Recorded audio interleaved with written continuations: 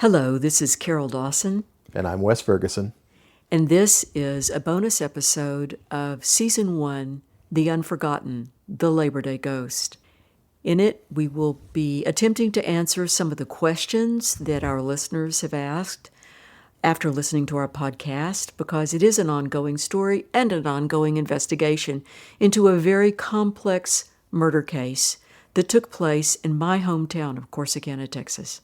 All right, let's get to it. Okay.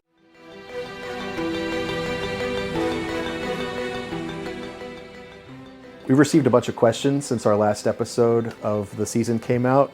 The first question is, a lot of people were asking about Jerry Mack's other child, the son from his previous relationship. Why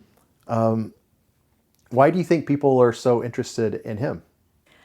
Well, because he was an illegitimate child, because Jerry had fathered this child but then denied paternity until his feet were held to the fire legally, and he had to,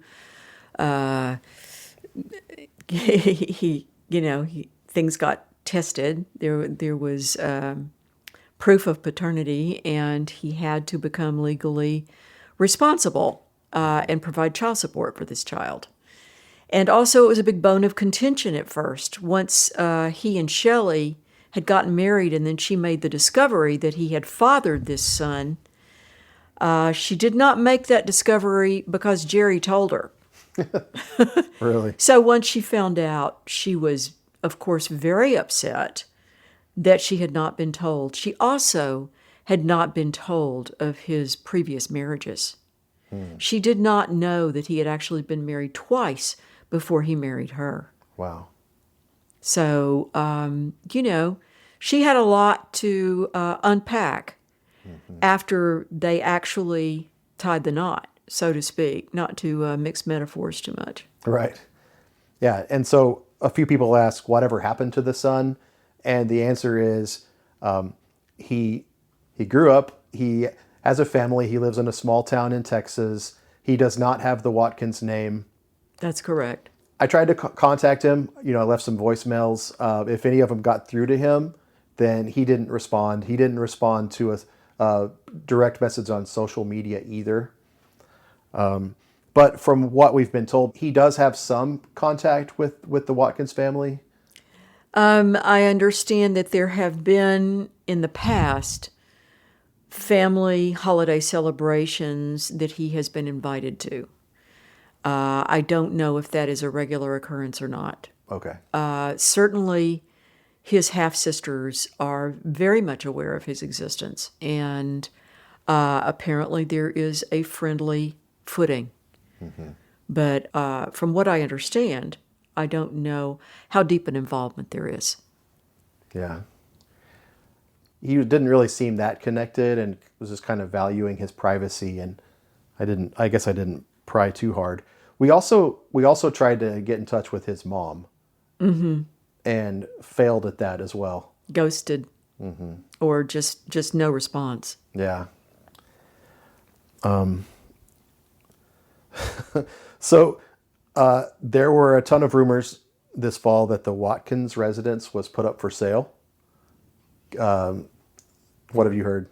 I have heard absolutely zero confirmation of that, and I don't think it's true. It's certainly not listed on Realtor.com or any place like that. No, it's not an MLA. Listing. And, I think that, I've been in communication with Jake Felt, the former son-in-law of Jerry Mack Watkins, and I think I would have been informed by Jake, who, after all, has two sons with Ashley and two children with Ashley, and whose children are frequent visitors at that home. I think Jake would be aware if that house had ever been put up for sale. So I don't think it has. Yeah, we think this is a baseless rumor. It's funny, though. I heard a lot of people asking. They asked me about it several times. I don't know how stuff like... I got asked about it too, but same answer. I don't think so. Yeah. If it is, it's top secret. So we got a ton of questions about Dennis Bryant. He was the ex-husband of Kay Bryant, now Kay Watkins, Jerry Mack's current wife.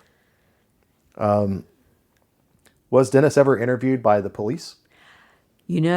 I don't know. I have never been able to ascertain that. I would assume that he would have been, for the simple reason that they had formerly been neighbors up until just a few months before Shelley was murdered. And of course, Kay herself was very close friends with Shelley. And Kay and Dennis socialized with Jerry and Shelley a lot. And after Shelley's death, Kay and Dennis continued to accompany Jerry on ski boat rides, etc., according to eyewitnesses who have described these to me very definitively, for months and months after Shelley's death. So I certainly would have thought that Dennis would have been an interviewee for law enforcement, but I've never had that confirmed. And his name was included on the list of potential witnesses that the state put together. And they were at the lake house, right? On the last day of Shelley's life? They were. They were party guests for that Labor Day celebration at the Watkins Lake House on Cedar Creek Lake. And we know that Dennis's wife, Kay, was interviewed because some of that interview was excerpted in the affidavit for the search warrant that was used to go search the Watkins house. Yes. So if they're interviewing Kay, I'd be pretty surprised if they didn't also interview Dennis. Well, and also the fact that Dennis and Jerry had been longstanding friends. Yeah. Yeah, former college roommates. People asked if we had tried to interview Dennis. Unfortunately, he died in 2019. I did speak very briefly to one of his brothers who declined to comment. Mark. That sounds right, yeah. Yeah. Yes, I would think that he would decline to comment. Another mutual friend of Dennis's told me that Dennis didn't seem too concerned when Kay left him. I don't really know what. There's some things I can't say about that. There's a lot I can't say about that, but I have heard a lot of firsthand reporting to me by firsthand witnesses who had a lot of commentary about that relationship at the time, that 17-year marriage, and its eventual demise, and the things that went on during that marriage. Yeah. That contributed to, I would assume, a certain amount of distancing within the couple. Yeah. And they had been married for about 14 years and then... 17. Oh, 17? Yeah. Okay. Or together for 17 years.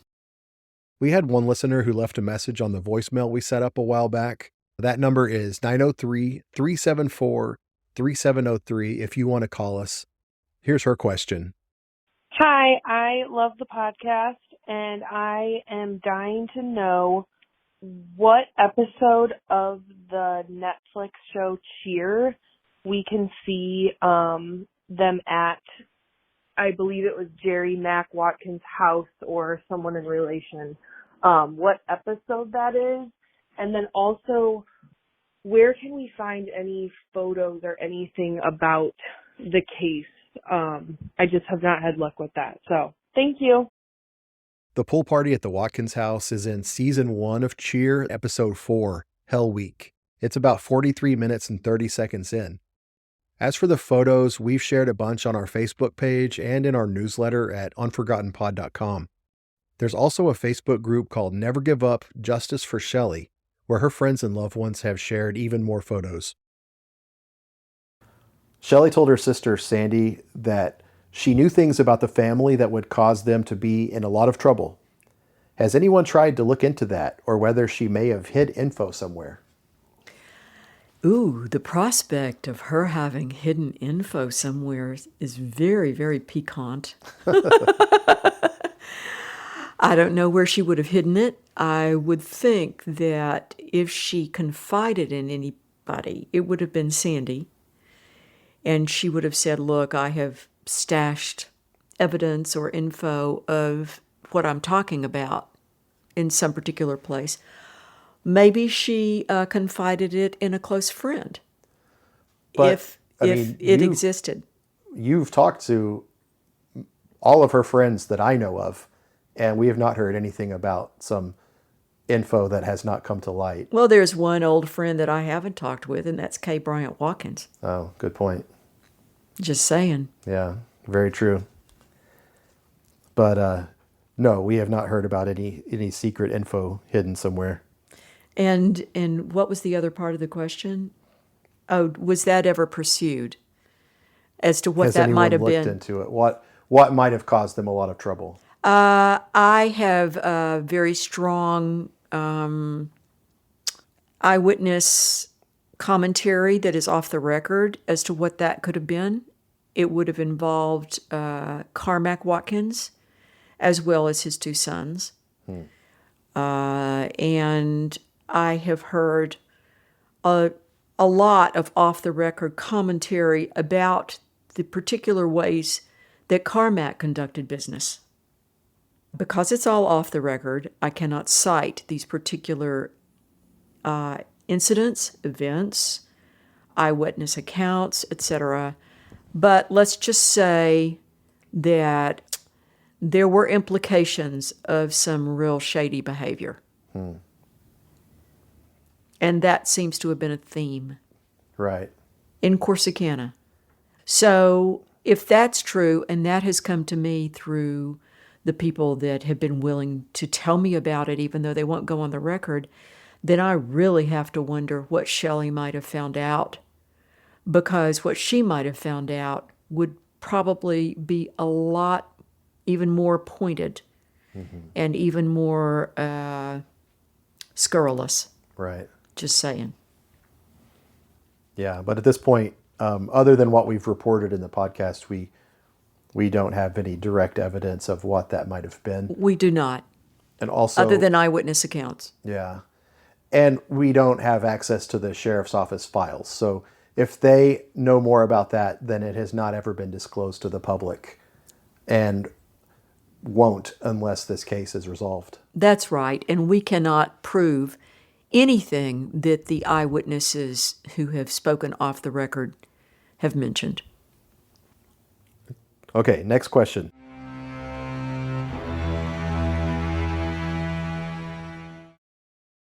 Did Jerry Mack ever answer any discovery requests? If not, why? I think that Jerry Mack lawyered up immediately after Shelley's death. In fact, I know for a fact he did, because he lawyered up with my father's law partner, Glenn Sod.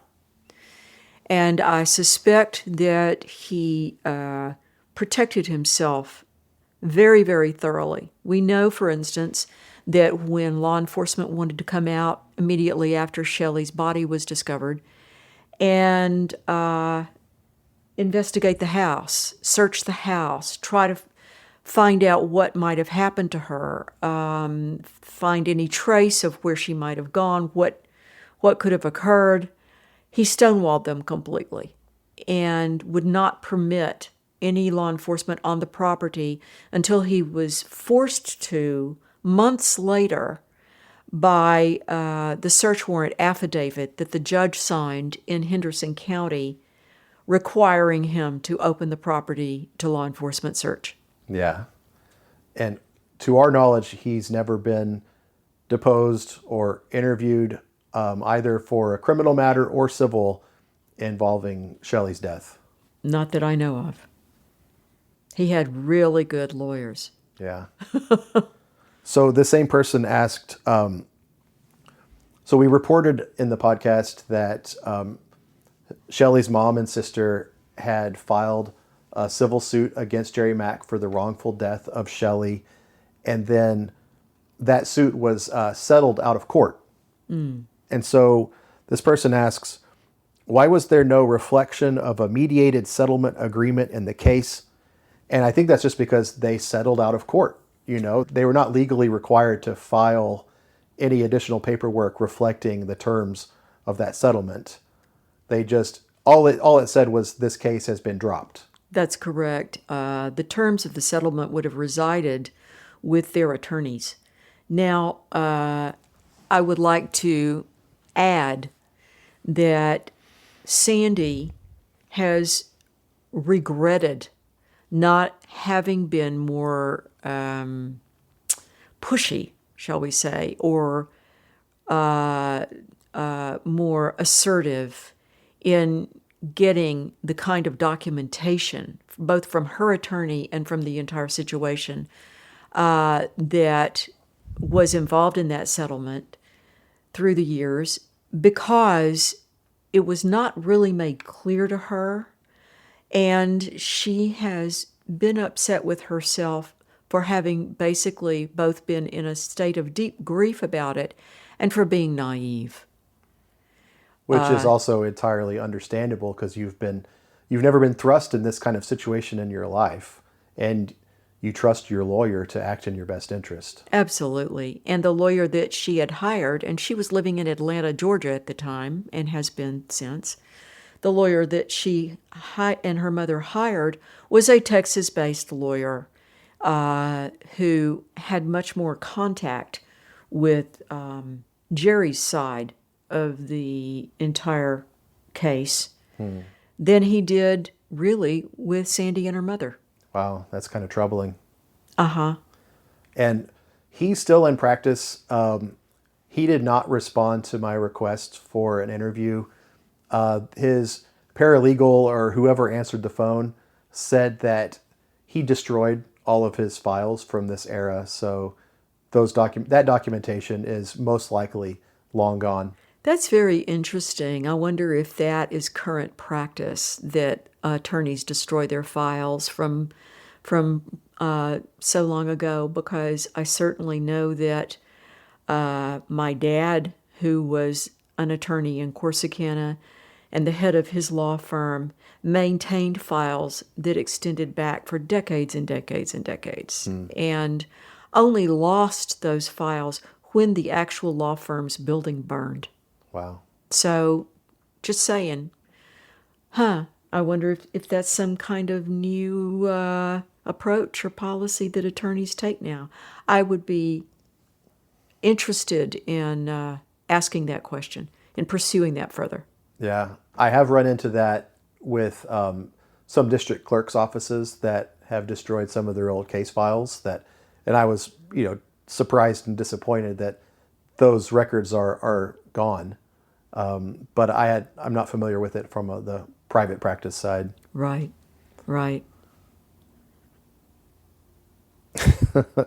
Oh, such a simple question with a very convoluted answer. What's the main reason this case hasn't been reopened? It's never been closed. Yeah. It's never been closed. There's a simple answer. Yeah. It has never been closed. Why has it? Well, that's the answer to that. But I hope that in our previous bonus episode, we have at least answered some aspects of that question. Mm-hmm. Yeah, I mean, just to recap, I think we could say why there has been no resolution, and that was the direct result of the district attorney E. Ray Andrews trying to solicit the bribe, which resulted in Jerry Mack Watkins, the defendant, being mic'd up, in cooperation with the FBI to bring down E. Ray. So the district attorney goes to federal prison. Jerry Mack Watkins goes free. The charges against him are dropped. And from what we understand, because the FBI participated in capturing or taking down E. Ray, the district attorney, it precluded them from helping with any future investigation into Jerry Mack. Is that accurate? What I understand is that they were instructed that if this if they were going to pursue this violation of the Hobbs Act against the district attorney, to pursue him for this federal crime to do with trying to solicit a bribe, that they would have the cooperation of Jerry Mack Watkins in that process if they would not ask him any questions at all about the murder itself. And therefore, they sat with him for long periods of time, working with him on this case and with then Texas Ranger Ray Nutt, who was also aiding and abetting the case's investigation against E. Ray. But they could not actively say anything or do anything about the murder itself, or ask Jerry any questions or even bring it up. Now, that's a state crime. It's not a federal crime. So the FBI did not have any jurisdiction to pursue that murder investigation. It has been noted in the past by certain, at least by one family member that I know of, that obviously this was a case, she said at the time, in protest. This is not on Shelley's side of the family. This is on the Watkins side of the family.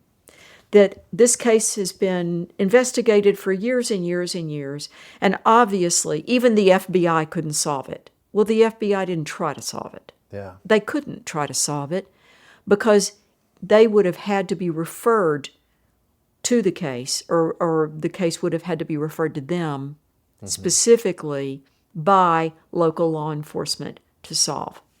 And it wasn't. And in your interview with current Sheriff Bodie Hillhouse, he also said the FBI declined to help with this case when he asked. Does that ring a bell to you? No.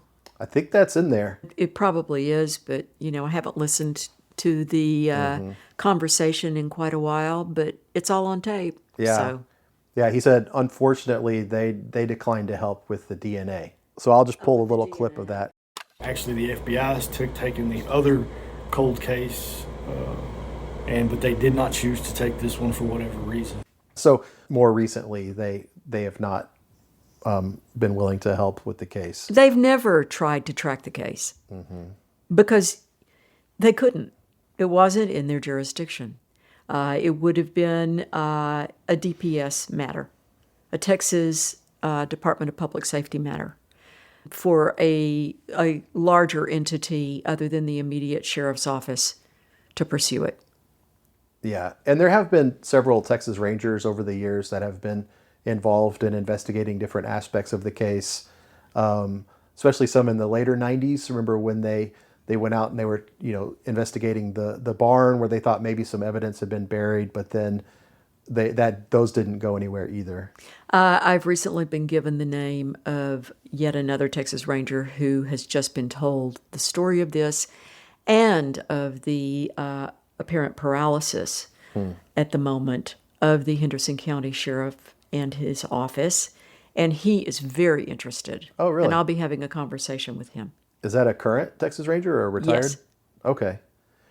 As we know, there is a current Texas Ranger in Henderson County who has been assisting with some of the developments this summer, but this person has also never responded to any of our requests for comment, right? I was not aware that he had assisted I thought, at all. Like when there was the issue with the garage, then it was like Paris and the Ranger both went out together. I did not know the Ranger accompanied Victor to the garage. I thought so, but I might have misremembered. Are you sure it wasn't the DA's investigator that did that? No, it might have been. Yeah, I'm just, I would like confirmation that it really was Michael Aycock who accompanied Victor to that garage. I understand that that the current Texas Ranger for that region is very good friends with Sheriff Bodie Hillhouse. That's just what I've been told. Yeah. That's all I know. But at any rate, that person, the current Texas Ranger, has not responded to our requests. I've put in several calls to him and messaged and messaged him also through the person covering his office, and he has never responded. Why isn't the Henderson County District Attorney retrying the case? Are there things we don't know? Who is over her case? And can we donate? Oh, I love the part about can we donate? If you can donate information that would have direct connection to this case, we would appreciate it, and so would everybody else who has a strong investment in the case and would love to see this case solved. As far as any sort of monetary donation, I don't think that is pertinent. I don't think that a monetary donation would do any good or make a difference. So the current DA is Jenny Palmer. The current DA, is Jenny Palmer. And you've been in touch with her, and so was another reporter that we've been working with. But Ms. Palmer issued a very short statement just saying that she didn't comment on cases. So we really don't know why she's not retrying the case. It's just because it hasn't gone before the grand jury again. I think that should any physical evidence evolve from this whole investigation, and there is the opportunity for it to, because we certainly have been helpful in providing some. Right. Should any physical evidence that can be tied directly or indirectly to what happened to Shelley Watkins, I think that at that point, there will be a pursuit of the case. I think that Jenny Palmer would be very interested in following that up. At least that's the impression I've gained from her in the conversation I've had with her and the further conversations I've had with her office. Yeah. Will there be a book or movie or TV episode about the case? Oh, yeah.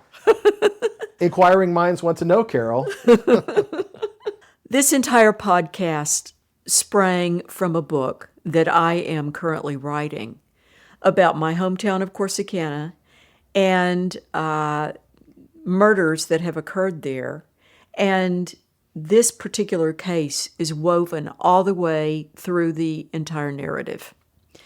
The book is called The Labor Day Ghost, A Brief History of Murder in Corsicana. And I have yet to finish adding all the new material that you and I, Wes, have uncovered and researched and documented since it was suggested to me by a New York agent that this book would make a great podcast.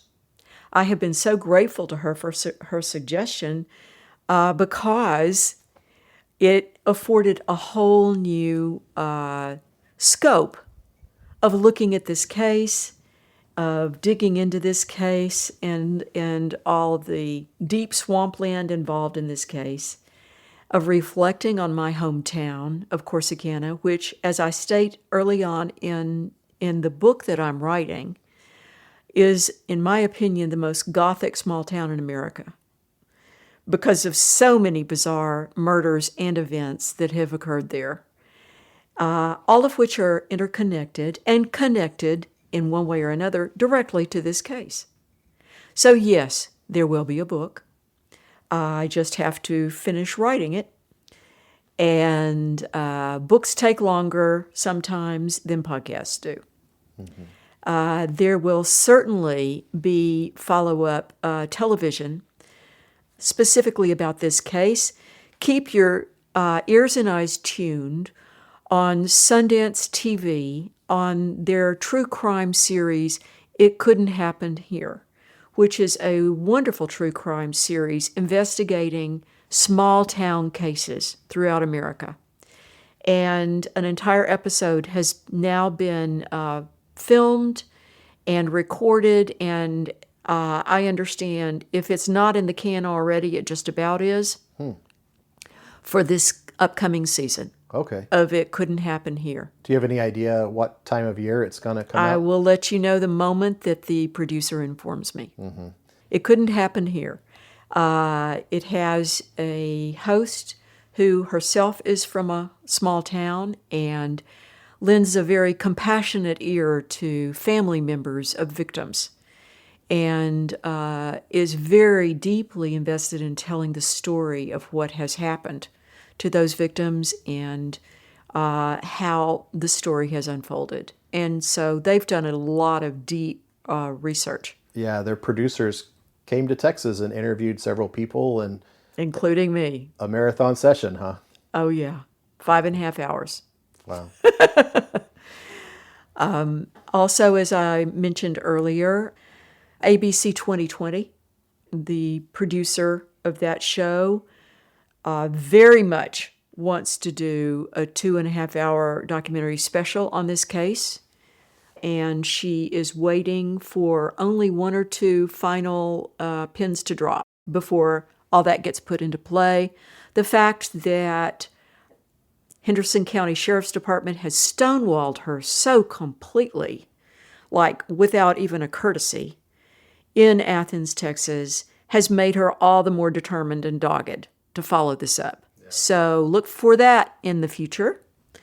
There is that in all probability coming up because it's quite possible that those pins are going to be dropping soon. That's all I can say about that for now, because some of the information backing that up is still quite private. And there will be other news segments here and there that we have already received confirmation of that you can look forward to, perhaps on your local news channel. But that's all I can say about that so far. Yeah, word's out. It is. Now, one of the interesting things about this whole case to me is that people don't want to let it go. There are so many people, and some of them are young people who were either small children when this happened, or young children when this happened, or maybe not even born yet when this happened. But have come to care deeply about Shelley and her fate and the particular system of corruption in the two counties of Navarro County and Henderson County that they have seen evolve and that they feel have pertained especially to this case. So their voices have been very, very strong in support of our podcast and of the story itself and what becomes of it. There's been a real generational divide between the older community members and an older mentality of keep things quiet, keep the peace, let the past go. Let It stay in the past. Yeah. It's old news now. Just let it stay in the past. Yeah. Yeah. And then a younger generation who are just now finding out the horrific details of this case and wanting to know why justice has never been delivered. That's right. That's right. I find it really interesting that there is that kind of active indignation among younger people, especially in Navarro County, who are just going, well, what the heck? This is just yet another example of what happens in this town, in this county. Because Corsicana, which is, as I mentioned, in some ways an idyllic community to grow up in, especially if you're quite sheltered in it, as I was, also has its underbelly. And the underbelly can be really nasty, as you and I have discovered and uncovered in some of the things we've heard. And some of these young people have been affected by that themselves, and they don't like it, and they don't want to see that as the practice of their hometown. They are really outraged and indignant, and I appreciate that. Yeah. And our promise to them is that this story is not going away. It ain't going away. I'm sure never letting it go. Yeah. I mean, come on.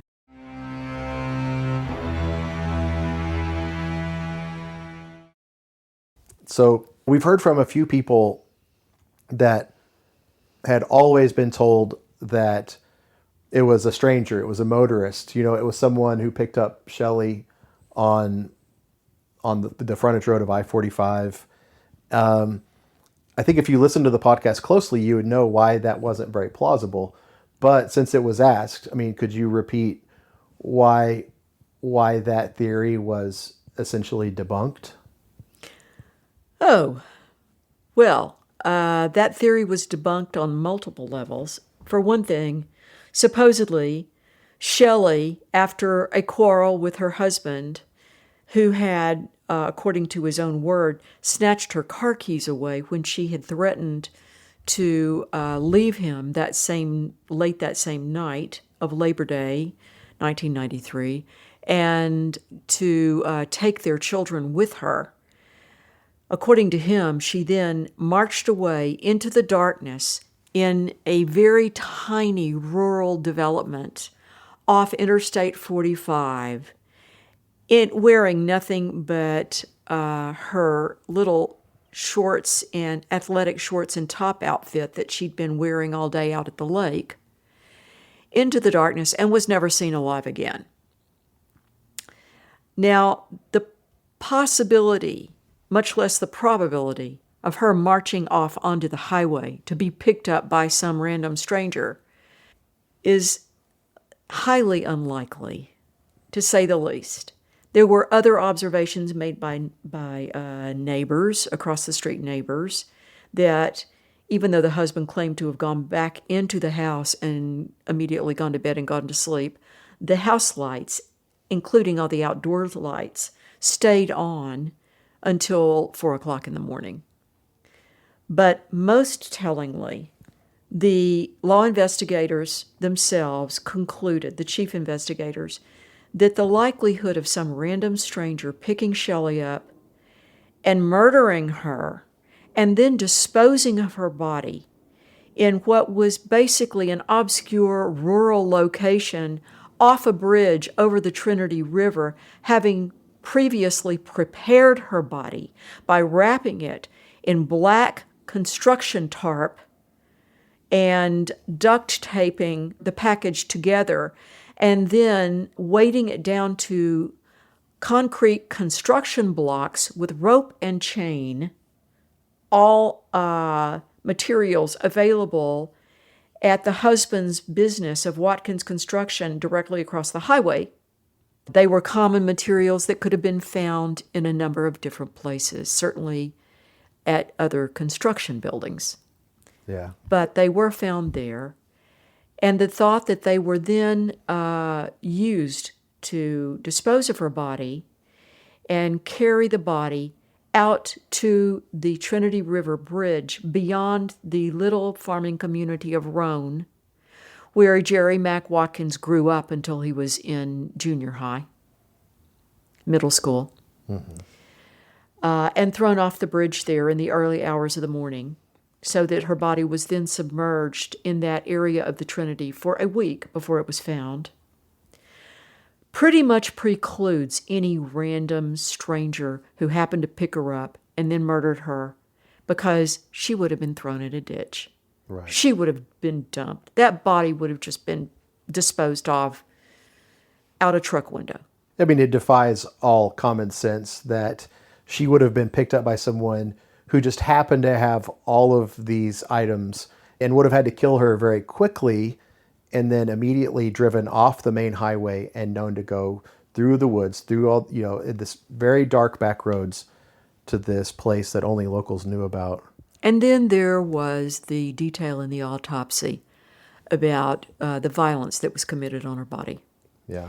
Would a random stranger actually strike the back of her head 8 different times, creating lacerations on the back of her skull?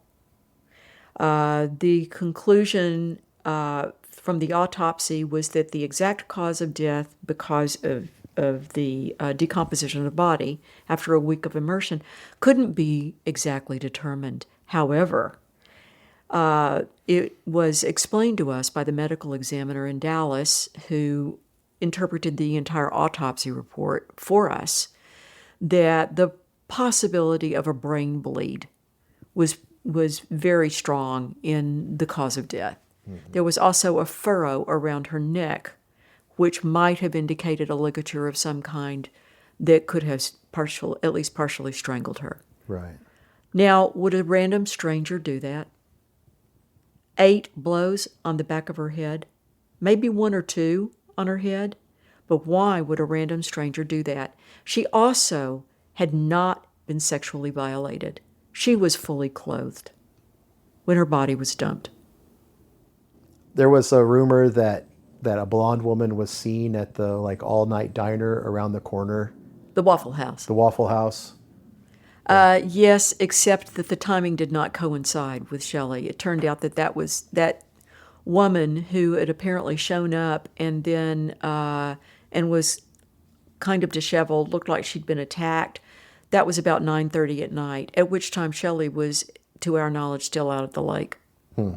So that wound up getting dismissed. A waitress had reported that.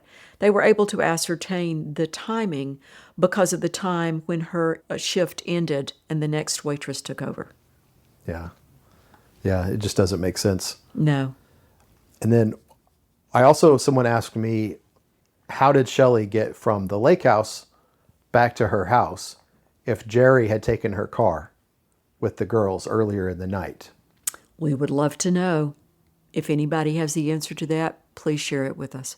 Yeah, I mean, I've heard from a few different people that it was Jerry's brother, Ronnie, that drove her. I've heard that too, but I would sure want some confirmation. I've heard other people speculate that perhaps it was Kay who drove her home, and Kay who stayed at the house with the girls, who were supposedly in bed asleep that evening. Now, there's all kinds of speculation that is rife around that. One of the things I'd like to mention that recently came up, because I have been asked over and over, well, if Jerry Mack Watkins really did this and really then accompanied whoever possibly lent a hand in disposing of Shelley's body, who might have been the person who prepared the body for disposal and then accompanied Jerry to the bridge to dispose of it, as an eyewitness had recounted seeing Jerry on the bridge and identifying Jerry in a photo lineup at 4:30 in the morning, then who stayed at home with the girls? Well, to that, I have to say there's been a far more recent case just outside of Waco of a man who has been convicted of murdering his wife. He was a Baptist minister in Hewitt. And he did it with his two young children in the house. And then he left the house with his wife's body still in the house and the two young children in the house, and went out for a little under an hour to give himself an alibi. So my answer to that question is that quite possibly nobody stayed with the children. Nobody stayed with the girls. If Jerry Mack Watkins, in fact, did go help dispose of his wife's body. Yeah. If that were true, if that could be proven, it's quite possible that nobody stayed with the girls. Yeah, I mean, we just don't know. No, but I've been asked that question over and over. Any others? Oh, the billboard. When the billboard was erected on I-45 that had a photograph of Shelley on it, and it was, the billboard was erected. An electronic billboard, Justice for Shelley, was placed strategically on I-45 in the direct path of anybody, including Jerry Mack Watkins, driving to Watkins Construction in Corsicana. And it was put there by Shelley's two nieces and remained up for 2 weeks. I was contacted over and over by people in Corsicana who were just going, do you know about this billboard? Can you believe there's this billboard here? Oh my gosh, there's this billboard. Who did this? And, I kept explaining, well, Shelley's family did, because they have never received any kind of closure, any kind of resolution. And they have been in a grief process for 31 years now. This was something that they did. And it reminded me of that movie, 3 billboards outside of whatever it is, Missouri. that wound up winning Oscars. Yeah, Frances McDormand. Yeah, oh, she was amazing.